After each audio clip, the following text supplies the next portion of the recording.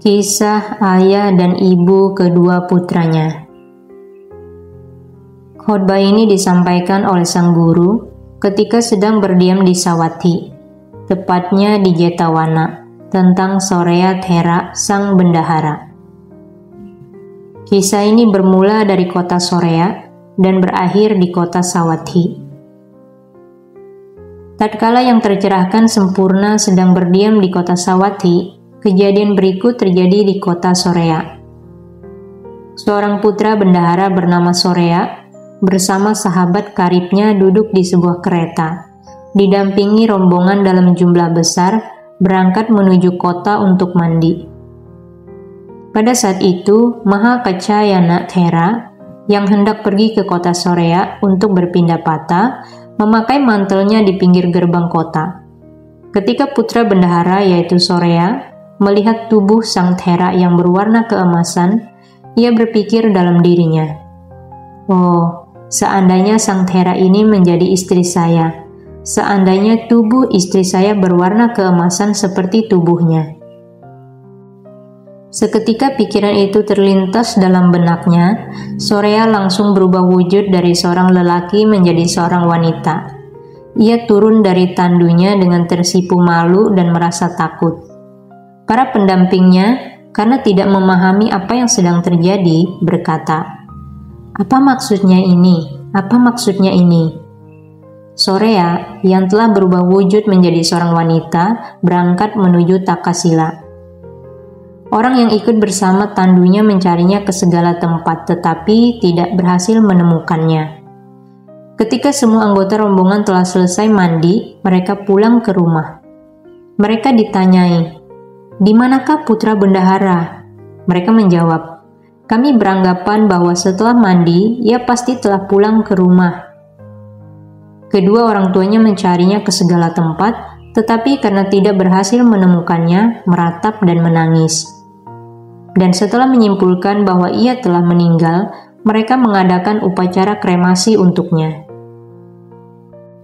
Sorea yang telah menjadi seorang wanita melihat seorang pemimpin rombongan kereta sedang menuju Takasila, mengikuti di belakang gerbong keretanya. Para anggota rombongan kereta mengenalinya dan berkata, "Ia terus mengikuti di belakang kereta kita, tetapi kita tidak tahu ia adalah putri siapa." Ia berkata, "Tuan-tuan, kemudikanlah kereta kalian, saya akan mengikuti kalian dengan berjalan kaki." Setelah melakukan perjalanan dengan berjalan kaki hingga jarak yang memungkinkan, ia memberi sogokan berupa sebuah khatam kepada orang-orang itu agar memberinya tempat di salah satu gerbong kereta. Para anggota rombongan kereta berpikir dalam diri mereka, "Putra bendahara kita yang hidup di Sawathi tidak memiliki istri. Kita akan memberitahukan dirinya tentang wanita ini, dan ia akan memberikan hadiah yang banyak untuk kita." Maka saat mereka tiba di Takasila, mereka pergi memberitahukan tuannya, "Tuan, kami telah membawakan seorang wanita cantik untuk Anda." Ketika putra bendahara mendengarnya, ia pun memanggil wanita itu. Setelah mencermati bahwa ia cocok untuk menjadi istrinya dan memiliki kecantikan yang luar biasa, ia pun jatuh cinta padanya dan menikahinya. Maka putra bendahara Sorea berubah wujud menjadi seorang wanita, dinikahi oleh putra bendahara Takasila, dan setelah hidup bersama ia mengandung seorang anak. Pada akhir bulan ke-10 penanggalan lunar, ia melahirkan putra pertamanya. Ketika putra pertamanya telah dapat berjalan, ia melahirkan putra keduanya.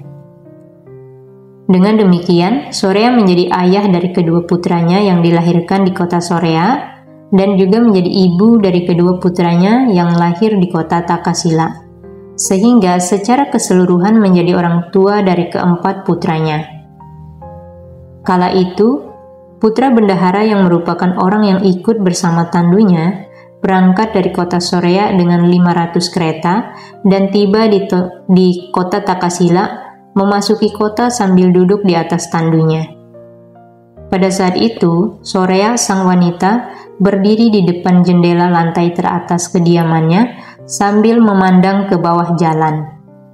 Seketika ia melihatnya, ia mengenalinya, dan mengutus seorang budak wanita untuk menemuinya. Ia memanggilnya masuk ke dalam rumah, menyediakan tempat duduk untuknya di dalam balai utama kediaman, dan melayaninya dengan penuh perhatian serta rasa hormat. Sang tamu berkata kepada tuan rumah, "Nyonya, saya tidak pernah melihat Anda sebelumnya, tetapi Anda bersikap sangat baik terhadap saya. Apakah Anda tahu siapa saya sebenarnya?"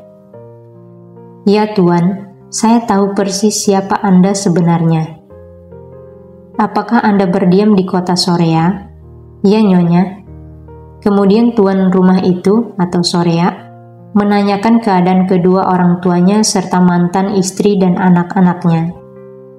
"Mereka baik-baik saja," jawab sang tamu yang kemudian bertanya, "Apakah Anda kenal dengan mereka?" "Ya Tuan, saya mengenal mereka dengan baik.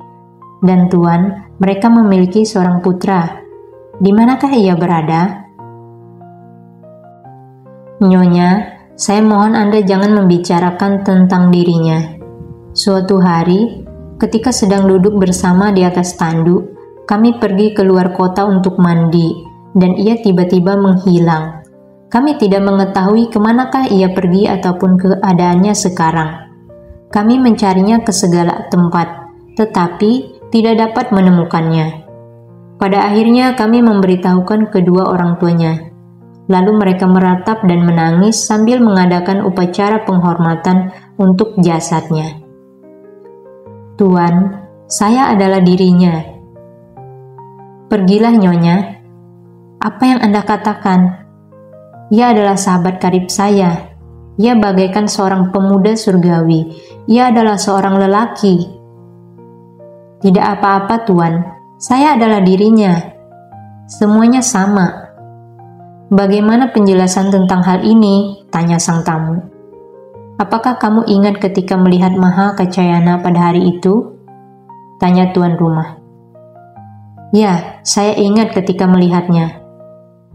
"Baiklah, tatkala saya memandang Maha Kacayana Thera, saya berpikir dalam diri saya, oh, seandainya sang Thera ini menjadi istri saya. Seandainya tubuh istri saya berwarna keemasan seperti tubuhnya." Seketika pikiran ini muncul dalam benak saya langsung berubah wujud dari lelaki menjadi seorang wanita. "Baiklah Tuan, saya merasa malu sehingga saya tidak sanggup mengatakannya kepada siapapun. Oleh karena itu, saya melarikan diri dan datang ke sini." "Oh, Anda telah melakukan kesalahan besar. Mengapa Anda tidak memberitahukan saya?" "Dan apakah Anda meminta maaf kepada sang Thera?" "Tidak, Tuan, saya tidak meminta maaf kepadanya. Tetapi, apakah Anda mengetahui keberadaan sang Thera?" "Ya, berdiam di dekat kota Sawati." "Bila ia datang ke sini, Tuan, saya ingin memberikan derma makanan kepada sang Thera yang dimuliakan." "Baiklah, segera siapkanlah makanan untuknya. Saya akan membujuk sang Thera yang dimuliakan untuk memaafkan Anda." Maka mantan pendamping dalam tandu Sorea pergi ke tempat kediaman sang Thera, memberikan penghormatan kepadanya duduk dengan penuh hormat di satu sisi dan berkata kepadanya, "Bhante, mohon terimalah derma dari saya pada esok hari."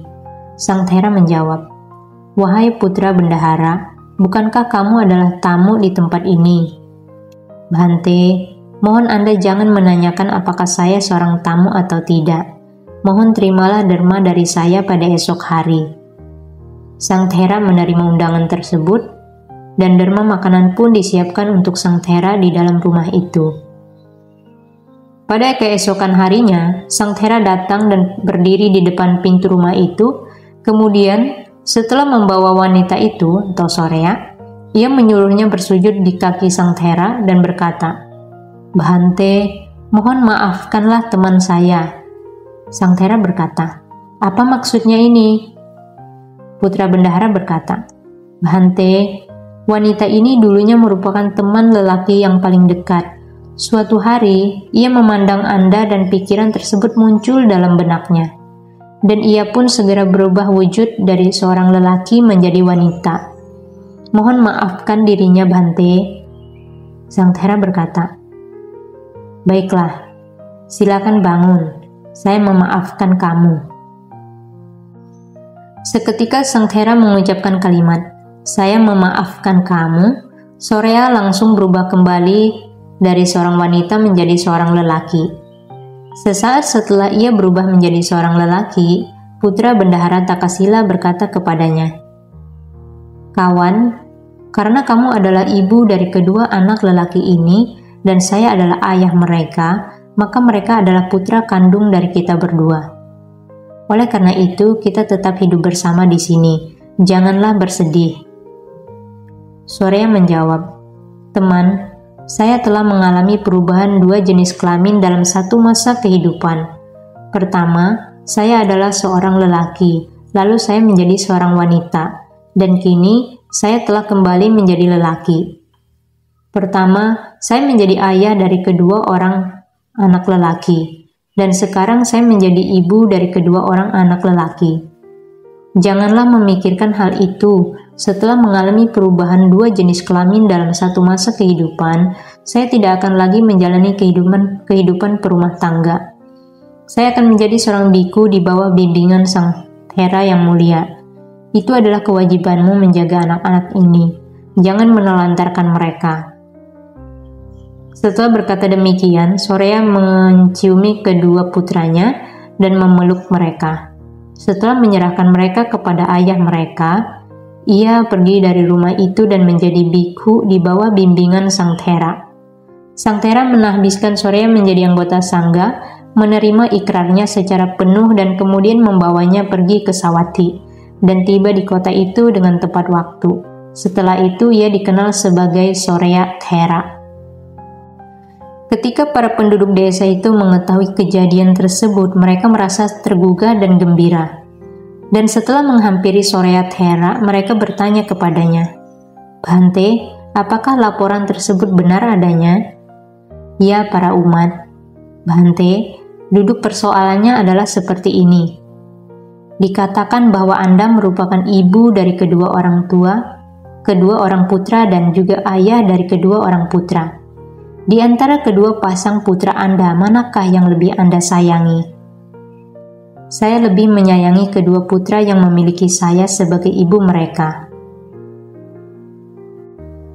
Mereka semua yang datang terus menanyakan pertanyaan yang sama kepada Sang Thera, dan berulang kali Sang Thera menjawabnya, saya lebih menyayangi kedua putra yang memiliki saya sebagai ibu mereka.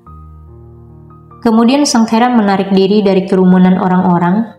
Ketika ia duduk sendiri, dan ketika ia berdiri sendiri. Setelah mencari ketenangan dengan berpegang teguh pada pemahaman tentang kerusakan dan kematian, ia mencapai tingkat kesucian arahat serta menguasai kemampuan kesaktian. Mereka semua yang datang melihatnya bertanya, Apakah kabar tersebut benar adanya, Bhante? Apakah kabar tersebut benar adanya, Bhante? Ya, para umat. Di antara kedua pasang putra Anda, manakah yang lebih Anda sayangi? Saya tidak menaruh kasih sayang kepada siapapun. Para biku berkata kepada sang guru, biku ini mengatakan sesuatu yang tidak benar. Dulunya ia selalu berkata, saya lebih menyayangi kedua putra yang memiliki saya sebagai ibu mereka. Kini ia malah berkata, saya tidak menaruh kasih sayang kepada siapapun. Ia telah berdusta, Bhante. Sang guru berkata, para biku, siswa saya ini tidak berdusta. Pikiran siswa saya ini telah terkendali dengan baik sejak hari ia melihat maga. Baik seorang ibu maupun ayah tidak dapat memberikan keuntungan yang hanya dapat diberikan oleh pikiran yang terkendali kepada para makhluk hidup ini. Setelah berkata demikian, beliau mengucapkan bait berikut ini. Baik seorang ibu maupun ayah tidak mampu melakukan hal ini. Begitu pula dengan para sanak keluarga. Pikiran yang terkendali dapat melakukannya dengan jauh lebih baik.